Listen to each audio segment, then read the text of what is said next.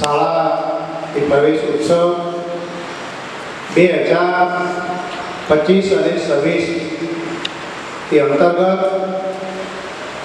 આજના કાર્યક્રમના મુખ્ય મહેમાન, કાર્યક્રમના અધ્યક્ષ, આપણા કાંકરેજ વિધાનસભાના માનનીય શ્રી ધારાસભ્ય શ્રી અમરજી ઠાકોર સાહેબ, આમ તો અમે ધારાસભ્ય સાહેબને છેલ્લા લગભગ 1.5 વર્ષથી આમંત્રણ આપવા માટે રહેલા, પણ સાહેબને કોઈ ટાઈમનો અભાવ તે હોવાના કારણે આપણી શાળાની મુલાકાતે એ ન આવી શક્યા.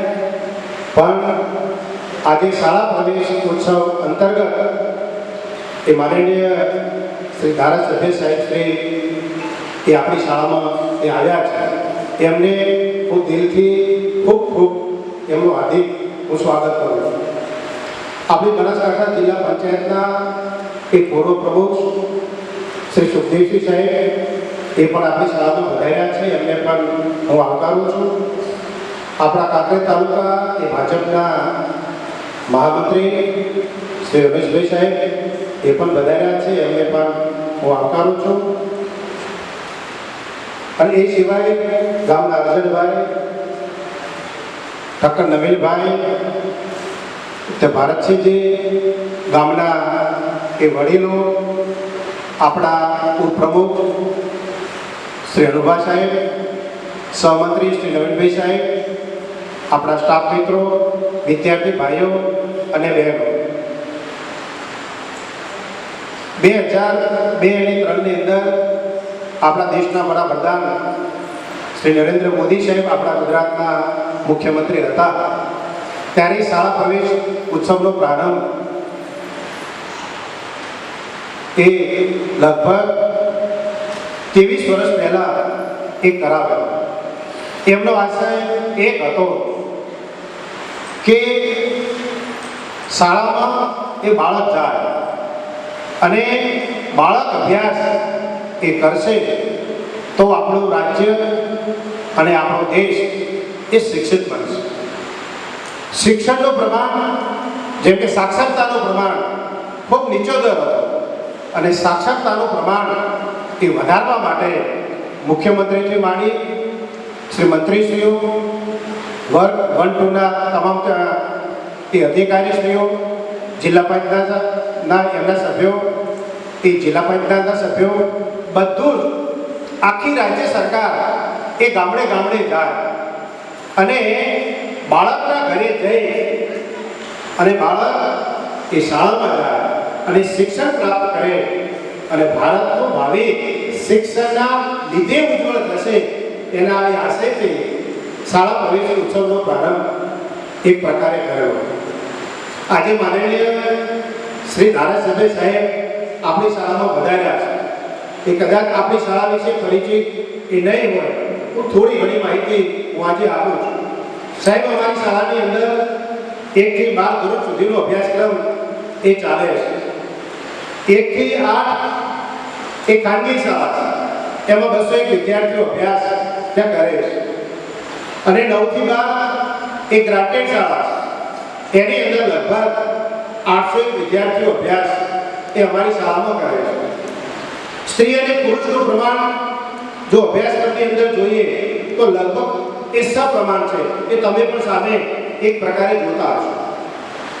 1 થી 12 ની અંદર લગભગ 30 ગામમાંથી વિદ્યાર્થીઓ એ અમારી શાળામાં અભ્યાસ માટે આવે છે. અમારું સાહેબ 11-12 સાયન્સ જે ચાલે છે એમાં 12 માધ્યમિક શાળાના વિદ્યાર્થીઓ અમારી મૂળ હાઈસ્કૂલની અંદર અભ્યાસ માટે આવે છે. અને અમારી પાસે એ બસની પણ સુવિધા છે. અંથરાથી આખી બસ ભરી અને સાયન્સમાં એ આવે છે. અમારી શાળાની જો સિદ્ધિઓની વાત કરું તો ગઈ સાલ અમારો જે એસએસસીનું રિઝલ્ટ આવ્યો છે 72.30% આવ્યો છે. પણ સાહેબ, અમારું રિઝલ્ટ એવું છે, સંપૂર્ણ પ્રમાણિક રિઝલ્ટ છે. એ મારા પણ અમારા વિદ્યાર્થીઓ ફોટો આવેલો એ અમારે નથી. 72.30% જેટલું અમારું રિઝલ્ટ આવેલું છે. બાદ સામાન્ય પ્રવાહ રિટર્નની જો વાત કરો તો 97.75% રિઝલ્ટ આવેલું છે.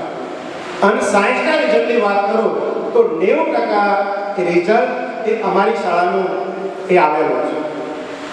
સાયન્સની અંદર અમારું સાહેબ એટલું બધું સારું કામ છે કે દર સાલ અમારી શાળામાંથી 1-2 વિદ્યાર્થીઓ ડૉક્ટર એ થાય છે. હું તમને નામ સાથે આપું તો પ્રથમ અમારો ડૉક્ટર એ આકોલી ગામનો એક વિદ્યાર્થી હતો, ચૌધરી જગદીશભાઈ બારમલભાઈ. એ ગાંધીનગરની અંદર અત્યારે MBBSની અંદર અભ્યાસ એનો એક પ્રકારે ચાલે છે. એક ટોટરનો વિદ્યાર્થી હતો એ પરમાર શૈલેષ. એને ગઈ સાલ 595 માર્ક એ નીટમાં આવેલા. એનો વિદ્યાર્થી એનીએમ મેડિકલ કોલેજમાં અભ્યાસ ત્યાં કરે છે. આ સાથે રિઝલ્ટ આવ્યું છે. એમાં પણ અમારી એક વિદ્યાર્થીની એ પરમાર અસ્મિતા, એને પણ 100% MBBSની અંદર અભ્યાસક્રમ એક પ્રકારનું મળ્યું છે. મેં તમને બી ગ્રુપની વાત કરી, સાયન્સની અંદર પણ એક ગ્રુપ આવે છે જેનો વિષય એ ગણિત હોય છે. એન્જિનિયરિંગની અંદર અમારા ઘણા બધા વિદ્યાર્થીઓ છે. 2-3 વિદ્યાર્થીઓ સાહેબ અમારા એવા છે આર્ટિફિશિયલ ઇન્ટેલિજન્સમાં છે, એનામાં એન્જિનિયરિંગનો અભ્યાસક્રમ એક પ્રકારે કરી રહ્યા છે.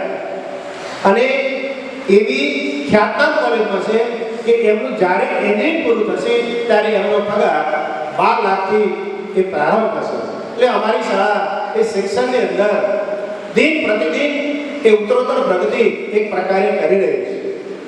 એ સિવાય ખેલ મહાકુંભની વાત કરું તો ગઈ સાલ ખેલ મહાકુંભની અંદર સાહેબ અમારી શાળા આખા તાલુકામાં એક પ્રથમ નંબર આવેલી. 1,55,000 ઇનામ અમારા વિદ્યાર્થીઓ જીતીને આવ્યા. અને સાહેબ આનંદની વાત કરો કે 111 વિદ્યાર્થીઓ પ્રથમ નંબરે આવ્યા છે. એ અલગ અલગ રમતની અંદર એ અમારી શાળા માટે ખૂબ ગૌરવની વાત છે. એના પછી આગળ વાત કરું કે એ કલા મહાકુંભ, તો કલાકુંભની અંદર પણ એક અમારી વિદ્યાર્થીને એ ચિત્ર સ્પર્ધાની અંદર જિલ્લા લેવલે પણ એ પહોંચેલી. અને ખેલ મહાકુંભની અંદર અમારા 2 વિદ્યાર્થીઓ દેશ લેવલે ઉત્તર પ્રદેશ એ મથુરાની અંદર પણ રમવા માટે એ પહોંચેલા. એ અમારી અનેરી એ સિદ્ધિ છે. આજના સમયની અંદર જો વિજ્ઞાનની સાથે ન ચાલીએ તો ન ચાલે. સાહેબ અમારી શાળાની અંદર અમે સ્પેશિયલ શાળાનો એ વિજ્ઞાન મેળાનું આયોજન અમે કરીએ છીએ. ફક્ત અમારી શાળાની 54 જેટલી કૃતિઓ હોય છે કે નહીં, 54 જેટલી કૃતિઓ હોય છે. લગભગ આજુબાજુના 700 થી 800 વિદ્યાર્થીઓ એ પ્રદર્શન એ નિહાળવા પણ એના માટે પણ આવે છે. અને 13 શાળાઓના વિદ્યાર્થીઓ પણ દર સાલ એ અમારી શાળાના વિજ્ઞાન મેળાની અંદર જોવા માટે પણ આવે છે. અમે શિક્ષણની સાથે સાથે સાંસ્કૃતિક કાર્યક્રમની અંદર પણ ક્યાંય અમારો વિદ્યાર્થી પાછો એ ન રહી જાય એના માટેના અમે પ્રયત્નો કરીએ છીએ. આજે આ બધા અમારી શાળામાં એ આવ્યા છો, પુનઃ બધાને હું આવકારું છું. અસ્તુ. જય હિન્દ, જય ભારત.